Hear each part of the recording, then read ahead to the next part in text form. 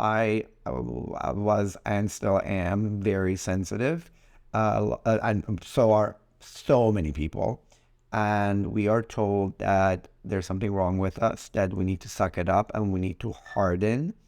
But what we're really being told is the things that we are sensing that are always true, almost always, are an inconvenience to others. So if we walk into a room and we feel like someone's sad and we're like, what's wrong? Hello, everyone, and welcome back to the Soulful Intuitive. Today, we're going to talk about sensitivity. What is sensitivity and what it isn't? I was reading another chapter for the third time from the book of Myth of Normal by Dr. Gabor. And there was a paragraph or a few actually talking about sensitivity. And people who are sensitive are in fact equipped with more receptors. So basically what I have been told all my life by my loved ones and my friends, that you're just too damn sensitive, as if it is a bad thing. Well, so many years later, and we are finding out that that's actually not only not a bad thing, it's a great thing. When we're buying a piece of technology, do we not want a device that's super sensitive, that to, let's say, forget a sensor? Do we want the sensor to be dull? Or do we want the sensor to actually sense any movement? Let's say if it's for our security system, or if it's for our lighting, do we want it to detect any shadows so then the lights would come up when we do need light? But how is it that when it comes to us, human beings, and our brains, then all of a sudden it is a bad thing? Because we have been living in a very stunted world where everyone is stunted due to trauma. And some people are just hardwired differently, as in they're not as sensitive, which, by the way, isn't a bad thing, because we can put those people in use where they can work in environments, let's say like environments where there's like a lot of noise pollution or a sound, or maybe violence, or maybe things that would be a bit overwhelming for a sensitive person.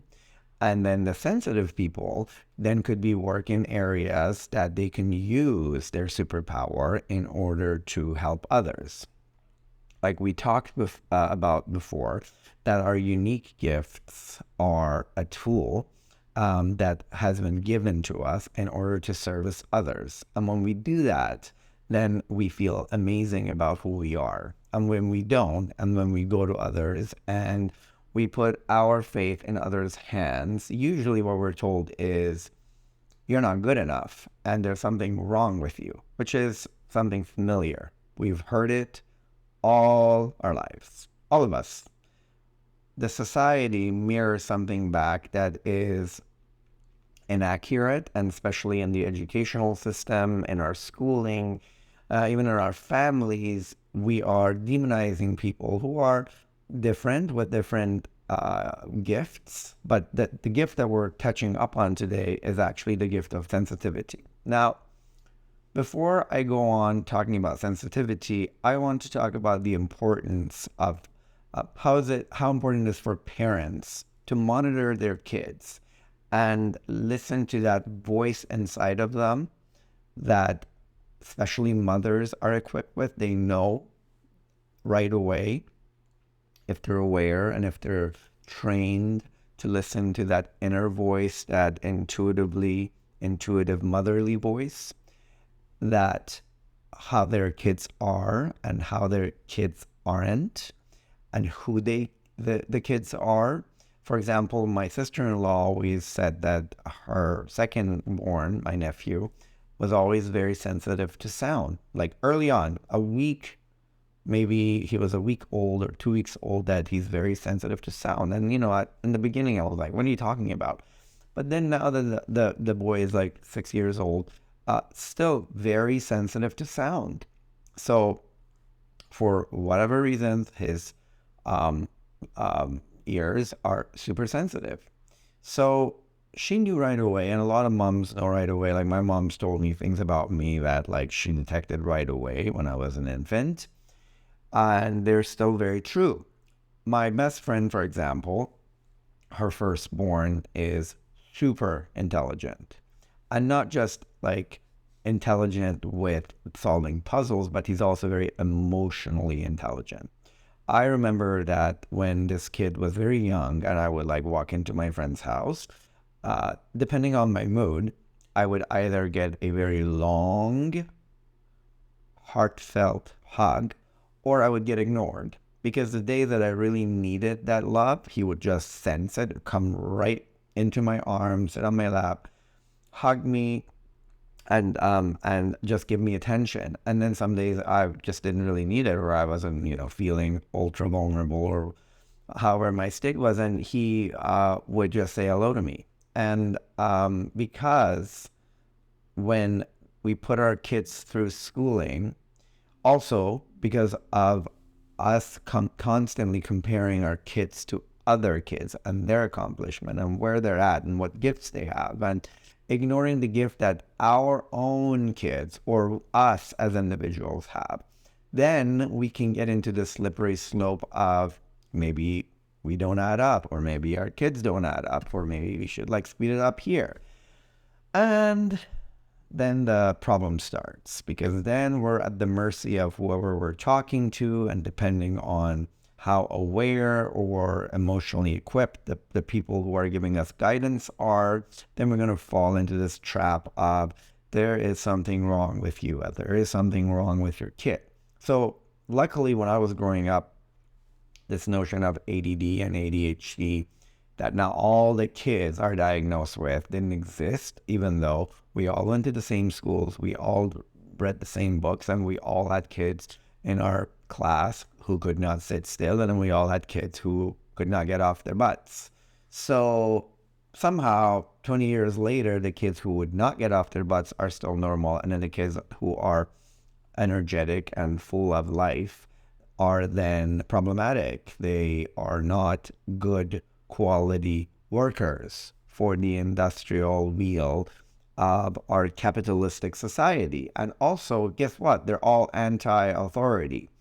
And we need to laugh sometimes, because Mother Nature is actually the biggest revolutionary figure in our world, because all the new, like a lot of the kids that are in like being born and like in the last 10 or 15 years have a streak of anti-authority. They will argue with you. They won't just take your word and take it as like the Bible because, the mom or dad said so. They argue with you. They want a discussion, and they won't just put their head down and march on because somebody told them to do so. This is very important for the direction that our world needs to go, because we are waking up as collectively as humans. We no longer need someone with a piece of stick or a baseball bat standing over us telling us what to do. And some parents, like my best friend, listened to her own motherly intuition. She did not listen to what others were saying about the fact that her child, who's actually very, very talented, did not have the same qualities as other children had in the class, where when he was not interested, he would leave the class. And how many times as adults we're sitting in a boring lecture or in a boring party or in a boring get together, and we want to get up and leave, and we tell ourselves we can't? Well, kids are genuine, and they know what is good for them, and they also know what's not good for them on some level. So sometimes when kids don't want to eat, it's because they don't like your food, or they're just not hungry. But we are telling the kid that you need to eat 3 times a day. But as adults, how many times we skip dinner or lunch because we're not hungry? Because nobody is forcing us to do that. Sometimes we force ourselves to do something, but you know what? Appetite comes and goes. And when I was growing up in my household, it was always a battle, not with me, but with my brother, over food because he just didn't want to eat certain foods, and he just wasn't necessarily always hungry. And like it was a battle between him and my parents that you need to eat and one more spoonful, and it sucked the joy out of sitting around the table, but also it gave him a complex about eating because, well, just sometimes he just didn't want to eat.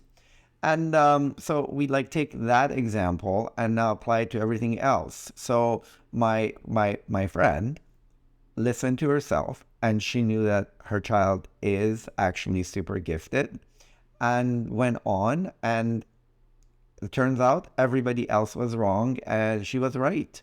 It takes a very strong person in our society to go against the grain, and you're going to get chastised by your own family, by your friends, by the teachers, by the doctors, that you're not doing what you're supposed to do, which is put a big label on your kid's forehead and then react and accept it accordingly.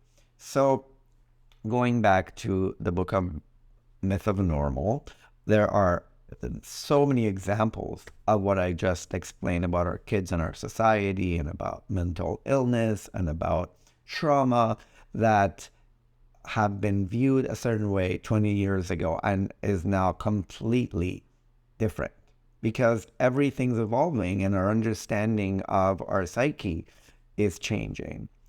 Because there is no blood test for the psyche, there is no MRI, there is no X-ray. Everything is only perceived by somebody else's eyes or reported by the same person who's experiencing certain symptoms. So some people are really good at expressing themselves, some people aren't. Some people don't even know the words to what they're feeling. So some people don't know what they're feeling is anxiety or stress or sadness. They just know that they feel off or they feel overwhelmed. And it takes years of therapy in order to put words to those feelings.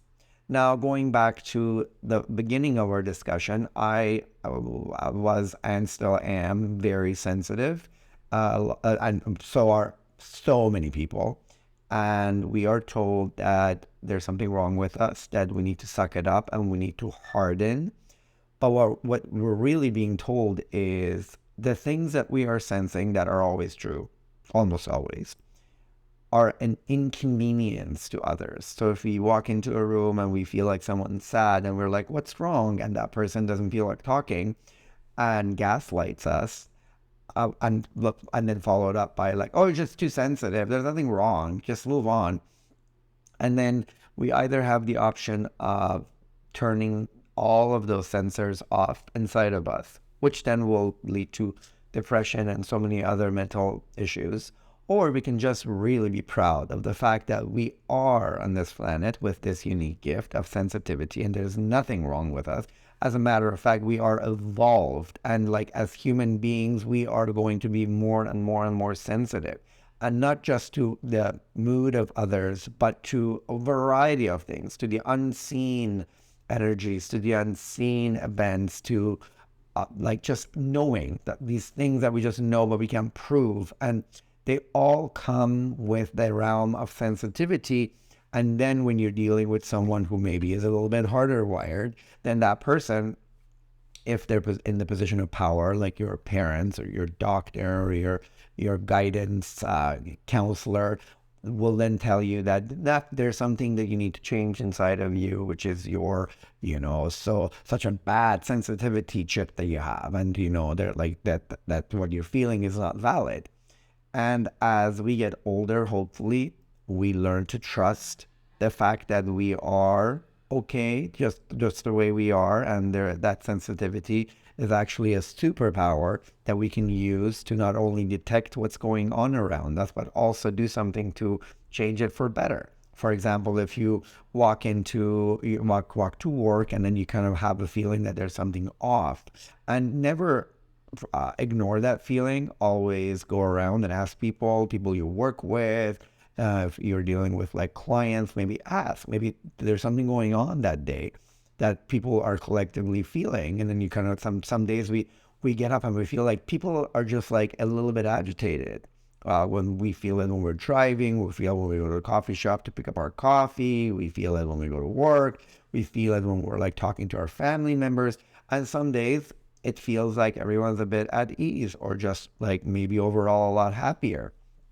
And we start with these little things that we pick up with our sensors, and then we move on to bigger things. And this is part of our way to strengthen our intuition, because what intuition is that we all have is this like just supercomputer that registers everything, and sometimes things that we're not even aware of, and then gives us very subtle clues, like a little bit of a butterfly in your stomach, or a little bit of like hesitation, or just a little bit of dread, or a little bit of pause, or just a little bit of excitement. And if we get very good at reading these subtle signs and the subtle clues, then we can build on that and make it stronger and stronger. And it will really benefit us in all kinds of ways. For example, the serial killers, turns out when they are going after their, what they're after, praying after, those people who did get away from them and lived to tell sensed something, where others who didn't have that opportunity ignored that sensation, that little nudge, that little subtle hint, and they went along with it. They brought logic into it. Oh, this, old man who's on a walker, who maybe can't walk properly, or who has one eye, isn't going to hurt me. Or maybe I shouldn't be doing that in that dark alley. Or maybe I shouldn't be following this person, even though this lady looks so nice. All kinds of things. Now, sensitivity, if we build on that, if we value it, if we don't let others label us as inept, will help us our entire lives. It makes us more lovely. It makes us more in tune with our loved ones, with our friends, even with strangers. And as a result of that, then we can pursue professions that this superpower could come in handy. How many times we went to a doctor? I actually have been blessed with an amazing doctor, and sometimes he would run tests and everything would just come back negative. But he would go with what he was sensing. And he was like, it didn't come up on this round of tests, but I have a feeling, I have a sense that you might be suffering from, let's say, some gut problem. And he would run it again. And sure enough, after the 7th time running the same test, the result came back and he was right.